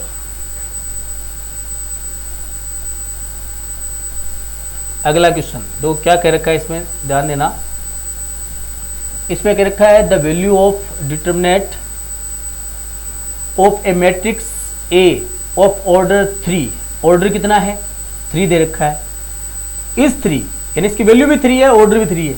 If C is the matrix of cofactor, C कोई नया मैट्रिक्स है, वो इस ए के कोफैक्टर का मैट्रिक्स है, ठीक है, of the matrix A, then what is the value of determinant of C square. देखो बेटा क्या कहा अगले ने कहा है कि ए जो है उसका डिटरमिनेंट दे रखा है 3, ठीक है, सी जो है वो क्या चीज है, सी एक मैट्रिक्स है, ऐसा मैट्रिक्स है, ठीक है, जो इसके हम कोफैक्टर बनाते हैं। मान लो कोफैक्टर मैंने बना लिया, पहला कोफैक्टर a11 ये हमें बनाना चाहिए, फिर a12 ऐसे करके a13 ऐसे करके a21 a23 a31, सॉरी थोड़ा गलत हो गया,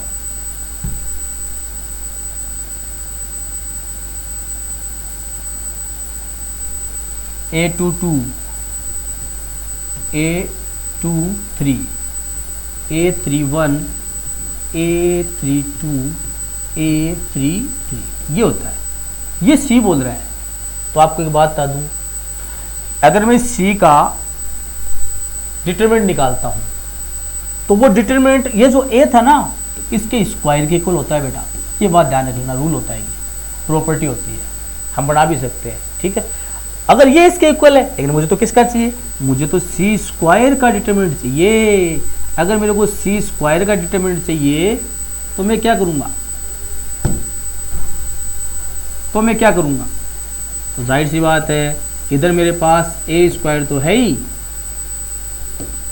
उसका भी स्क्वायर हो गया, मतलब डिटरमिनेंट ए की पावर 4 हो गई है।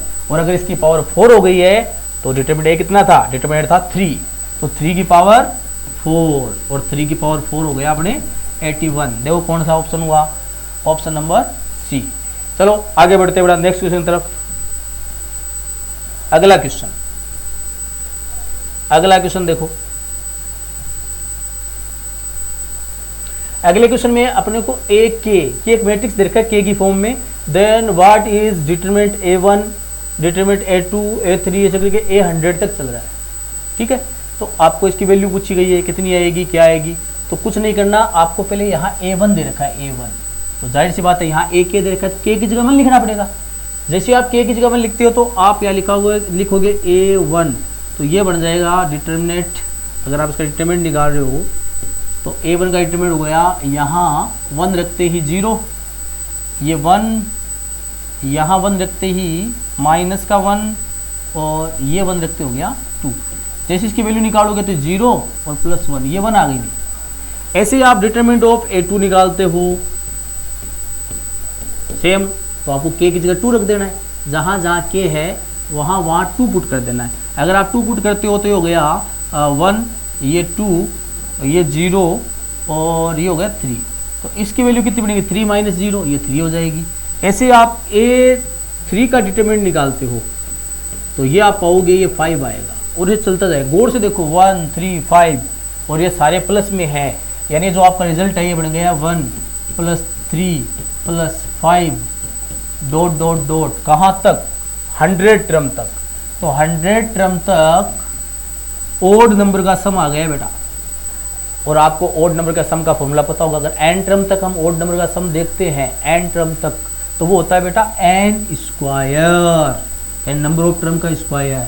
अब मेरे पास नंबर ऑफ टर्म कितनी है, 100 है, तो 100 का स्क्वायर कितना हो गया, 10,000। देख लो 10,000 कौन सा ऑप्शन हुआ, डी ऑप्शन। चलो आगे बढ़ते हैं, नेक्स्ट क्वेश्चन की तरफ बढ़ते हैं। नेक्स्ट क्वेश्चन क्या कह रहा है देखते हैं। अच्छा, कॉम्प्लेक्स नंबर का क्वेश्चन आ गया है। कॉम्प्लेक्स नंबर का ये बहुत बार बताया हुआ क्वेश्चन है बेटा, बहुत बार बता रखा है मैंने क्वेश्चन, और मैंने आपको कह रखा है कि जब भी आपको कॉम्प्लेक्स नंबर में से कोई क्वेश्चन दे दे और आपसे पूछ ले बताओ ये कौन सी आकृति की इक्वेशन है, सर्कल है, लाइन है, इलिप्स है, पैराबोला क्या है, तो उसके लिए कुछ नहीं करना, आपको z को x + i/y मान लेना है। अब हमें मानने की जरूरत पड़ती है, इसने खुद नहीं दे दिया z = x + i/y, कोई दिक्कत ही नहीं है। ठीक है, तो जहाँ जहाँ z है वहाँ ये रख लेंगे, और z के ऊपर बार लगा है वो इसका कॉन्जुगेट हो गया। कॉन्जुगेट का मतलब हो गया x - i/y। अब z + z बार x + i/y और x - i/y मल्टीप्लाई करते हैं तो x² + y² बन जाता है। ये प्रॉपर्टी होती है बेटा। और ये भी एक प्रॉपर्टी है z + z बार, z + z बार, z + z बार क्या होता है, z + z बार, z + z बार होता है रियल पार्ट ऑफ z, और आगे 2 लगा देते हैं, 2 real part of z property है बेटा। तो ये देखो ये क्या देगा, z + z बार, तो ये होगा 2 real part of z। z का रियल पार्ट देखो क्या है, ये रहा रियल पार्ट x है सर, तो इसका मतलब सर ये तो 2x हो गया, बिल्कुल हो गया। ठीक है, लेकिन इसके मॉडुलस भी लगा हुआ है, हालांकि मॉडुलस का कोई ज़्यादा फर्क नहीं पड़ रहा, अपने आकृति का पता चल गया यहीं पे, फिर भी मॉडुलस लगाओ तो लगा दो। मॉडुलस के लिए अगर आप नेगेटिव लेके चलो यहाँ पर x या पॉजिटिव लेके चलो अकॉर्डिंग टू कंडीशन, तो दोनों ही केस में ये सर्कल ही बनता है। देख लो आप x² है, y² है और x की टर्म में, तो दोनों ही केस में क्या बनेगा, सर्कल बनेगा। तो बेटा circle is the right answer. चलो आगे बढ़ते हैं नेक्स्ट क्वेश्चन की तरफ। नेक्स्ट क्वेश्चन है, अच्छा क्वेश्चन है, P&C का क्वेश्चन है। देखो ध्यान दो बेटा, क्या कहा है, 1 फैक्टोरियल 3 फैक्टोरियल ऐसे करके आगे तक चल रहा है, और ये कह रहा है divisible by 24, what is the remainder, क्या बचेगा, अगर 24 से डिवाइड करते हो तो क्या बचेगा। तो सीधी सी बात है, आपको शुरू से स्टार्ट होना है। इसकी वैल्यू आपको पहले देखना 24 से छोटा कौन कौन है, जिसको खोलने पे 24 से छोटी वैल्यू बने। ये छोटी वैल्यू है, लिख दो तो 1 हो गया। ये इसके आगे ये 3 फैक्टोरियल कितना हो गया, ये 6 हो गया। इसके बाद ये कितना हो गया 5 फैक्टोरियल, ये 120 हो गया। इसके बाद आगे वाले और बड़े होते जाएंगे, सब सोल्व नहीं करने अपने को। आप देखो जो चॉइस से बड़ा है ये आया, क्या ये चॉइस से डिवाइजेबल है क्या, आपको ये देखना है। तो आपको पता चलेगा बिल्कुल ये तो चॉइस से डिवाइजेबल है सर, चॉइस का डिवाइड 5 बार जा रहा है इसमें। तो फिर सर आगे वाले क्या करेंगे, अब आपको एक बात बता दूँ मैं, फैक्टोरियल का एक सिस्टम होता है। क्या होता है, जैसे मान लो मैं कह दूँ 5 फैक्टोरियल है, ठीक है। अब 5 फैक्टोरियल 5 से डिवाइजेबल है क्योंकि इसकी वैल्यू 120 बनती है, ठीक है। तो इससे आगे जो भी आएगा, मतलब 6 फैक्टोरियल, 7 फैक्टोरियल, 8 फैक्टोरियल, कोई भी जो आगे आएगा वो सारे के सारे उस 5 से डिवाइजेबल होंगे। यानी जिससे ये डिवाइजेबल ना उससे आगे वाले डिवाइजेबल तो होंगे होंगे। सर ऐसा क्यों, ऐसा इसलिए क्योंकि ये कौन है 5 फैक्टोरियल, ये कौन है 6 फैक्टोरियल। इसको मैं लिख सकता हूँ 6 × 5 फैक्टोरियल, तो वापिस वो की वो चीज़ आ गई ना, तो ये तो डिवाइजेबल हो ही जाएगा। इसको मैं लिख सकता हूँ 7 × 6 × 5 फैक्टोरियल, तो ये 5 फैक्टोरियल तो वापस उससे डिवाइजेबल होगा। जैसे आप उल्टा चलाओगे तो 5 फैक्टोरियल तो आएगा आपके पास। इसका मतलब अगर ये डिवाइजेबल हो गया तो इससे आगे वाले सारे डिवाइजेबल होंगे। सेम बात यहाँ लागू होती है कि अगर 5 फैक्टोरियल चॉइस से डिवाइजेबल है तो आगे वाले तो होंगे, यानी यहाँ से लेकर यहाँ तक ये तो सारे के सारे चॉइस से डिवाइजेबल हो गए। अब बचे कौन, अब बचे सर 1 और 6, जोड़ो कितना हुआ 7, और 7 है वो चॉइस से छोटा रह गया, छोटा रहेगा तो इसमें डिवाइड तो होगा नहीं, क्योंकि डिवाइड देना चाहोगे तो डिवाइड होगा नहीं। इसका मतलब ये जो बच गया ये रिमाइंडर हो गया, तो रिमाइंडर हो गया 1 + 6 यानी 7। चलो आगे बढ़ते हैं नेक्स्ट क्वेश्चन की तरफ। अगला क्वेश्चन क्या कह रहा है, ध्यान देना। अगला question, what is the value. अब देखो ये वो स्क्वायर रूट वाला आ गया भाई, स्क्वायर रूट वाला क्वेश्चन आ गया। मैंने भी फॉर्मूला बता के छोड़ा आपको थोड़ी देर पहले ही, बस वो फॉर्मूला लगाना है। ये हो गया a + i/b का फॉर्मूला, ये हो गया a - i/b का फॉर्मूला। अब फॉर्मूले के हिसाब से अगर हम चले तो ये क्या बनेगा, ये बनेगा प्लस माइनस √ मॉडुलस z। अब मॉडुलस z की बात करें तो कितना बनेगा इसका मॉडुलस z, a² + b²। कितना होता है a² + b², 12 का स्क्वायर और इसका स्क्वायर करेंगे तो कितना बनता है देख लो आप, ठीक है। उसके बाद आगे बढ़ते हैं, 169 हो गया, ठीक है, plus real part a² + b²। भाई अपने फॉर्मूला लिया था, एक बार फॉर्मूला वापस रिपीट कर देता हूँ मैं। उस फॉर्मूले खाली वैल्यू रखनी, आपको कुछ नहीं करना। आपके पास है a + i/b, इसका फॉर्मूला होता है plus minus √ modulus z + a/2 plus iota modulus z - a/2, इतना तो होता है। और अगर यहाँ पीछे माइनस है तो यहाँ माइनस आ जाएगा, और इन दोनों को जोड़ना है तो ये एक बार प्लस का आएगा, एक बार माइनस का आएगा तो कट जाएगा। ये आगे वाला है, ये यहाँ प्लस का, दोनों बार जुड़ जाएगा।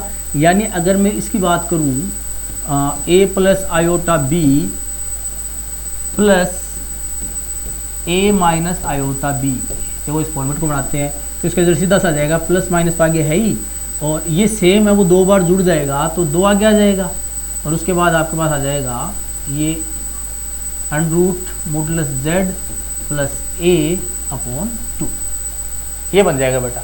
अब कुछ नहीं करना, मॉडुलस z, अब z चाहो तो इसको मान लो, चाहो तो इसको मान लो, कोई दिक्कत नहीं है।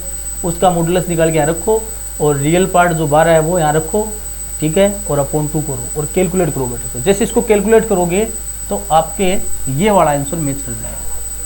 बहुत ही आसान सा है, कोई दिक्कत नहीं है, कैलकुलेशन है थोड़ी सी हल्की सी, कर लेना आप। चलो आगे बढ़ते हैं नेक्स्ट क्वेश्चन तरफ। अगला क्वेश्चन,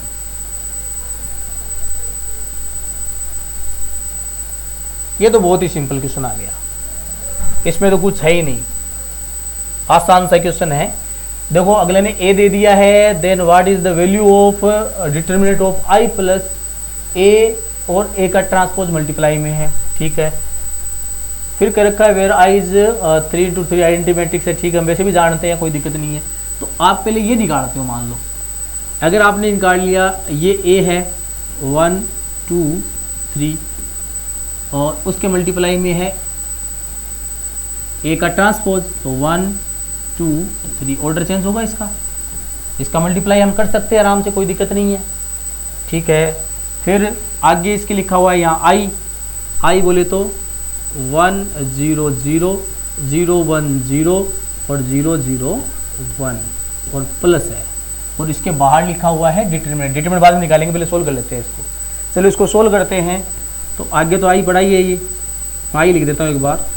और ये देखो 1 का मल्टीप्लाई करेंगे फर्स्ट रो का फर्स्ट कॉलम से, तो इसका मल्टीप्लाई इससे करेंगे 1 आ जाएगा। फर्स्ट रो का सेकंड कॉलम से करेंगे 2 आ जाएगा। फिर इसका इससे करेंगे 3 आ जाएगा।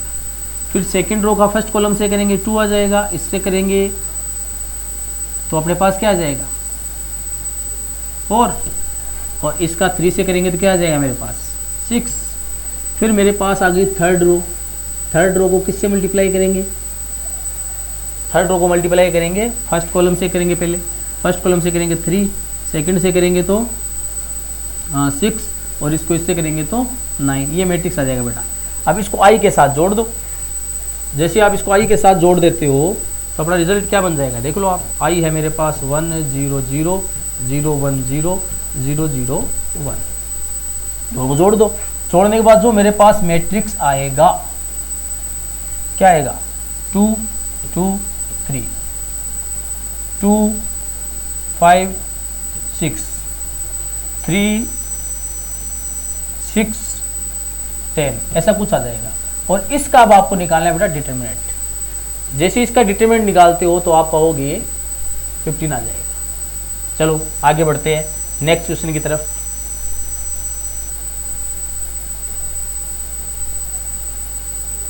नेक्स्ट क्वेश्चन देखो बेटा क्या दे रखा है,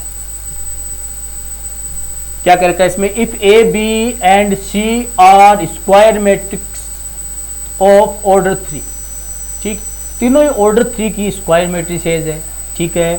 and determinant of B C दे रखा है 2, determinant of A, determinant of B C आपको दे रखा है 2, डिटरमिनेंट ऑफ ए। चलो एक तो ये चीज़ दे रखी है। Then what is the value of, तो इसकी वैल्यू पूछी है, तो आपको इसकी वैल्यू पूछी है। अब इसकी सीधी सी बात सुनना बेटा, इसमें आपको देखना है मैट्रिक्स कौन कौन है। सर मैट्रिक्स एक तो ये है, एक ये है और एक ये है, तो 2 तो मैट्रिक्स नहीं है। तो 2 मैट्रिक्स नहीं तो आपको एक प्रॉपर्टी ध्यान में आनी चाहिए। प्रॉपर्टी क्या है, प्रॉपर्टी है के एट 2। इसका अगर मेरे को डिटरमिनेंट निकालना है तो इसका ऑर्डर में n मान लेता हूं, तो जैसे इस k को बाहर निकालता हूं तो बनता है k to the power n determinant of a। ये प्रॉपर्टी होती है बेटा। तो ऐसा ही कुछ यहाँ करता हूँ, k यहाँ पर कोई वैल्यू है, कांस्टेंट वैल्यू है, वैसे जैसे यहाँ 2 है। अब 2 को जैसे डिटरमिनेंट से बाहर निकालता हूँ तो बन जाएगा 2 टू द पावर ऑर्डर 3 दे रखा अगले ने, ऑर्डर 3 है तो पावर में 3 हो जाएगा। उसके बाद a इनवर्स है, a इनवर्स का डिटरमिनेंट क्या लिख सकते हैं, ए इनवर्स का डिटरमिनेंट देखो, ये भी ध्यान रखना, ए बी का होल डिटरमिनेंट हम लिख सकते हैं ए डिटरमिनेंट बी डिटरमिनेंट, अलग लिख सकते हो। ए इनवर्स का डिटरमिनेंट अगर कोई पूछ ले तो आप कह सकते हो 1/a टू द डिटरमिनेंट। ये आप सारी बातें लिख सकते हो। अब बताओ ये ए इनवर्स दे रखा है, अगर इन सब का डिटरमिनेंट लगा हुआ तो मैं इसको ऐसे लिख सकता हूँ क्या, इसको मैं लिख दिया 1/a टू द डिटरमिनेंट, ठीक है। उसके बाद बी सी है, इसको लिख दिया बी सी डिटरमिनेंट, लिख सकता हूँ, कोई दिक्कत नहीं है। अच्छा सर बी और सी को अलग अलग लिख सकते हैं, अरे लिख तो सकते हैं, पर क्यों लिखे, मेरे को बी सी का रिजल्ट दिया हो अगले ने, रिजल्ट दे रखा तो हम तो वही लिखेंगे ना। अब कुछ नहीं करना है, बी सी का जो आपके पास रिजल्ट है ये वाली चीज़ याद रख दो। तो ये हो गया 8 1 डिटरमिनेंट ऑफ ए, और बी सी का डिटरमिनेंट है 2 इंटू डिटरमिनेंट ऑफ ए, ये उड़ा दो। 2 इंटू 8 करेंगे तो 16, ये अपना आंसर आ जाएगा बेटा 16। देखो कौन सा ऑप्शन है, ए ऑप्शन, ठीक है। चलो आगे बढ़ते हैं नेक्स्ट क्वेश्चन में। नेक्स्ट क्वेश्चन क्या कह रहा है, देखो इसमें क्या है, प्रोग्रेशन का क्वेश्चन है।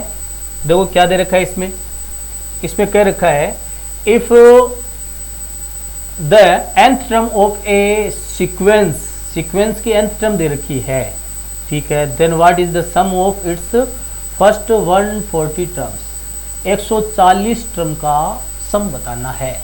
चलो इसमें क्या करना है, देखो बेटा ध्यान दो, आपको दे रखा है an दे रखा है और आपको SN निकालना है। तो एक फॉर्मूला मैं आपको बता दूं, SN इक्वल होता है समेशन ऑफ ए एन भी आप लिख सकते हो और आर के टर्म में लिख रहा हो तो आप ए आर भी लिख सकते हो। चलो मैं एक बार ए एन ही लिख देता हूँ। अब ए एन कौन है, ये है, यानी इसका समेशन निकालना है। इसका समेशन निकालते हो आप तो ये हो गया 2n + 5 अपॉन 7 को आप चाहो तो सेपरेट कर दो। अब क्या करते हैं, इसमें दोनों का अलग अलग हम सिग्मा बना लेते हैं। इसका समेशन बनाते हैं 2/7 कॉन्स्टेंट बाहर निकाल दो, कोई दिक्कत नहीं है, समेशन से n बच गया। और इसमें 5/7 बाहर निकाल दो, कोई दिक्कत नहीं है, समेशन ऑफ 1 बच गया।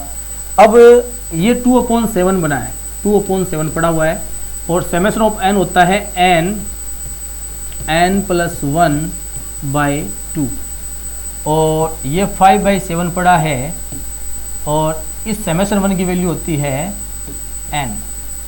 अब आपको कुछ नहीं करना, n की जगह 140 रख देना है। जैसे आप n की जगह 140 इसमें पुट कर दोगे तो ये देख लो इसकी कैलकुलेशन जो भी आती है, तो इसकी कैलकुलेशन फाइनल जो अपना आंसर बन जाएगा वो ये वाला आंसर बनेगा सी ऑप्शन। चलो बेटा आगे बढ़ते हैं, नेक्स्ट क्वेश्चन की तरफ बढ़ते हैं। ये देखो बेटा बहुत ही आसान सा क्वेश्चन पर देखने में थोड़ा डरावना। ये देखने में डरावना है, बाकी है नहीं वैसे, ध्यान दो आप थोड़ा सा, इसमें हल्का सा थोड़ी प्रॉपर्टीज वगैरह लग रही है इसमें, सुनना। अगर let A B a skew symmetric matrix, तो स्क्यू सिमेट्रिक वापस नाम आ गया, लौट के पहले बताया था मैंने आपको भी, of order 3। What is order 3? इसका ऑर्डर ओड है, ओड मैंने बताया था, याद करो ये बात। What is the value of, अब इसकी वैल्यू निकालनी है। तो मुझे एक बात आओ, अभी मैंने आपको बताया था कि कोई भी स्क्यू सिमेट्रिक मैट्रिक्स है, अगर मैं उसका डिटर्मिनेंट निकालता हूँ कितना आएगा, 0 आएगा, 0। अब साथ में एक दो बातें और बता देता हूँ, अगर इसका ऑर्डर क्या हो, ओड हो, ओड, तभी ये बात लागू होती है, ठीक है ना, ये बात ध्यान रख लेना आप। इवन ऑर्डर में बात लागू नहीं होगी, डिटरमिनेंट 0 बनना जरूरी नहीं है। जब ऑर्डर इसका ओड होगा तब स्क्यू सिमेट्रिक मैट्रिक्स का डिटरमिनेंट हमेशा 0 बनेगा। ये 0 बना दिया, ठीक है सर। अब मैं बता दूं, अब इसकी आप कितनी भी पावर लगा दो ये भी 0 होगी।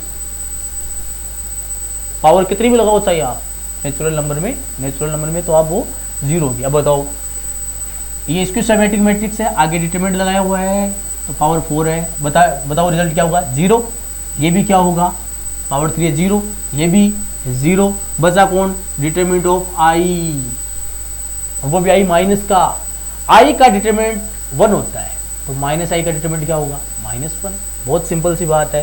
तो ये अपना फाइनल आंसर हो गया इसका। चलो आगे बढ़ते हैं बेटा नेक्स्ट क्वेश्चन की तरफ। अगला क्वेश्चन देखते हैं।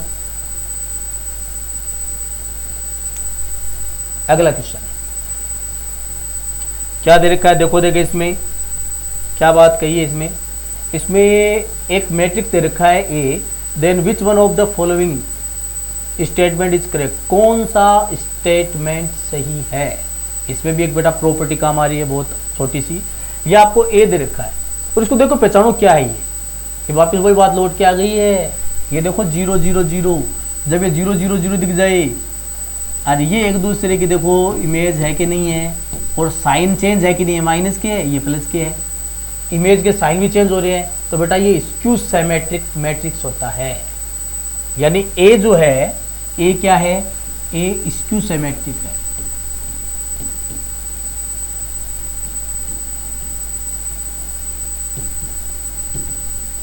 ठीक है, लेकिन अगर आपको इसमें पूछे ए क्या है तब तो आपको ए स्क्यू सिमेट्रिक है, लेकिन अगले ने देखो थोड़ी सी यहाँ पर ये कर लिया कि इसने ए स्क्वायर पूछ लिया। ये कह A square is symmetric matrix with determinant A square equal 0। तो ये बात तो हमें बताइए कि भाई सर अगर ये स्क्यू सिमेट्रिक मैट्रिक्स है तो इसकी पावर कितनी भी लगाइए, देखो स्क्वायर लगाओ चाहे पावर 3 लगाओ, एन पावर के लिए अभी भी बताया आपको 0 होता है। तो ये 0 वाली बात तो सही है। अब 0 वाली बात एक तो यहाँ आ रही है और एक 0 वाली बात यहाँ आ रही है, यानी इन दोनों ऑप्शन में से कोई ऑप्शन होगा। ये बात तो अपने क्लियर हो गई। अब बात ये आती है कि ए क्या था, स्क्यू सिमेट्रिक था, ये ए स्क्वायर को बोल रहा है इस ऑप्शन में सिमेट्रिक हो जाएगा और ये स्क्वायर को बोल रहा है स्क्यू सिमेट्रिक हो जाएगा। तो मतलब बात ये आती है दिमाग में कि स्क्यू सिमेट्रिक का अगर मैं स्क्वायर करूं तो क्या मेरे को स्क्यू सिमेट्रिक मिलता है या सिमेट्रिक मिलता है? तो बेटा बता देता हूँ आपको, जब भी आप स्क्यू सिमेट्रिक का स्क्वायर करोगे तो आपको सिमेट्रिक मैट्रिक्स मिलेगा, स्क्यू सिमेट्रिक नहीं मिलेगा। क्यों सर, ऐसा क्यों? लॉजिक बता देते हैं, देखो ध्यान दो इसमें। हाँ, अगर कोई स्क्यू सिमेट्रिक है तो हम जानते हैं कि उसका ट्रांसपोज -1 इक्वल होगा, हम सभी जानते हैं, ये बात तो हमें पता ही है। अब हम क्या कर रहे हैं, इसका स्क्वायर कर रहे हैं और कुछ नहीं कर रहे। जैसे ही मैंने इसका स्क्वायर किया तो दोनों साइड करना पड़ेगा, तो माइनस का स्क्वायर क्या हुआ, प्लस हुआ, प्लस हुआ तो इसको मैं लिख सकता हूँ ए स्क्वायर और ट्रांसपोज ऊपर लिख सकता हूँ, ये प्रॉपर्टी होती है, और ये हो गया ए स्क्वायर। इसका मतलब ए स्क्वायर का ट्रांसपोज वापस ए स्क्वायर ही आ गया, आगे माइनस नहीं आया, तो सिमेट्री की शर्त होती है, तो ये तो सिमेट्रिक हो गया। सर ये ऑर्डर 3 के लिए लागू होता है क्या? मैं कहूँगा ये सब के लिए लागू होता है, चाहे कुछ कितना भी ऑर्डर हो, कितना भी ऑर्डर हो, अगर आप स्क्यू सिमेट्रिक मैट्रिक्स का स्क्वायर करोगे तो जो रिजल्ट आएगा वो सिमेट्रिक मैट्रिक्स होगा। इसका मतलब इसका करेक्ट ऑप्शन हो गया सिमेट्रिक मैट्रिक्स, और ये 0 होना ही है, तो A option is the correct answer. चलो आगे बढ़ते हैं, नेक्स्ट क्वेश्चन की तरफ बढ़ते हैं। देखो बेटा इसमें क्या कह रखा है, ध्यान देना, इसमें कह रखा है अपने को इफ ए इज, ये भी मैट्रिक्स दे रखा है, then which of the following statement are correct, कौन सा इनमें करेक्ट है? तो पहले की बात कर लेते हैं। पहला कह रहा है ए टू द पावर एन, ये कह रहा है ए की पावर कितनी भी लगा दो, एन लगा दो, एन, ठीक है। विल ऑलवेज बी सिंगुलर, अब सिंगुलर आप जानते ही हो, सिंगुलर क्या होता है? सिंगुलर बेटा वो मैट्रिक्स होता है जिसका डिटरमिनेंट निकालने पर उसका रिजल्ट 0 आ जाए। तो अब ये कह रहा है ये सिंगुलर होगा for any positive value n, तो क्यों ना मैं एन की वैल्यू 1 के लिए एक करके देख लेता हूँ। जैसे ही मैंने एन की वैल्यू 1 ली तो ये ए की पावर 1 हो गई, ए की पावर 1 का मतलब ए हो गया, तो क्यों ना मैं इस ए का ही डिटरमिनेंट निकाल के चेक कर लूँ। ए का जैसे मैंने डिटरमिनेंट निकाल के चेक किया, इसका मैंने डिटरमिनेंट चेक किया तो मैंने पाया इसकी वैल्यू तो 24 आ रही है। अब 24 आ रही है तो इसका मतलब ये 0 तो नहीं आ रही, अगर 0 नहीं आ रही है तो सिंगुलर तो नहीं हो सकता। अब सिंगुलर नहीं हो सकता तो सिंगुलर वाली बात क्या हो गई, गलत हो गई। अगले स्टेटमेंट भी है, इनको पढ़ूंगा, इनको पढ़ने से पहले मैं ऑप्शन पढ़ूंगा। ऑप्शन क्या कह रहा है, पहला स्टेटमेंट गलत है, पहले ऑप्शन में क्या कह रहा है, पहला और दूसरा सी है, तो पहला आ गया ना, तो इसका पहला तो गलत कह दिया हमने, तो ये तो गलत हो गया। इसमें क्या कर रखा है, इसमें क्या रखा है, पहला है तो पहला तो हमने गलत साबित किया, ये भी हो गया कैंसिल, और इसमें तो पहला आ रहा है, ये भी कैंसिल हो गया। तो सीधी सी बात, आगे क्यों बढ़े हम, हमें तो पता चल गया ना कि ये ओनली इकलौता बी ऑप्शन ऐसा है जिसमें 1 आ ही नहीं रहा, ठीक है ना, तो अपना आंसर करेक्ट बी ऑप्शन हो जाएगा। ठीक है बेटा, बाकी हम चेक भी कर सकते हैं, कोई दिक्कत नहीं है, लेकिन हमें सीधा ही पता चल रहा है तो हम क्यों टाइम खराब करें।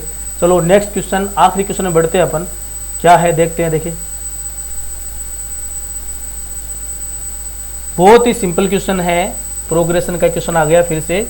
क्या कहा हुआ है देखो, A plus B two B plus C are in GP, sorry are in H P, then which one of the following is correct, कौन सा सही है। ऐसा क्वेश्चन जब भी आ जाए ना बेटा, तो सबसे पहले इनको चेक किया करो आप, जैसे A B C are in A P, A B C are in G P, फिर इन पे बाद में आएंगे, फिर क्योंकि हमें कंसेप्ट से करना पड़ेगा, ठीक है ना, और यहाँ हम ट्रिक से काम चला सकते हैं। अब देखो मैं जैसे सी ऑप्शन लेके चल रहा हूँ, अब सी ऑप्शन अगर बोल रहा है ए बी सी जी पी में, ए बी सी अगर जीपी में है तो जीपी मान लेता हूं मैं, जैसा कि मैंने आपको बता रखा है 1 2 और 4 ये जीपी होती है। अब ये 1 2 4 में उसके अंदर रख देता हूं, इसमें रखने पे क्या ये एचपी बन रहा है, क्या बन गया, तो दोनों हो गया सेटिस्फाई, बस बात खत्म। देखते हैं, देखिए तो ये कितना बना उस केस में, ए प्लस बी, तो ए प्लस बी बात करेंगे 3 बन जाएगा, बी टू बी ये 4 बन जाएगा, और बी प्लस सी की बात करें तो ये 6 बन जाएगा। ये बेटा बिल्कुल एचपी बन रही है। अब सर आपको क्या पता है एचपी बन रही है, मुझे ऐसे पता है कि जब ए बी सी अगर एचपी में होते हैं तो एक रिजल्ट बनता है, बीच में जो टर्म है बी, इसके इक्वल होता है 2ac अपॉन ए प्लस सी। अब मैं कुछ नहीं करूँगा, ए बी सी की जगह ये वाली वैल्यू पुट करके देखूंगा, सेटिस्फाई करा के देखूंगा। देखो बी की जगह मैंने रख दिया 4, 2, ए की जगह मैंने रख दिया 3, और सी की जगह मैंने रख दिया 6, और नीचे ए प्लस सी 2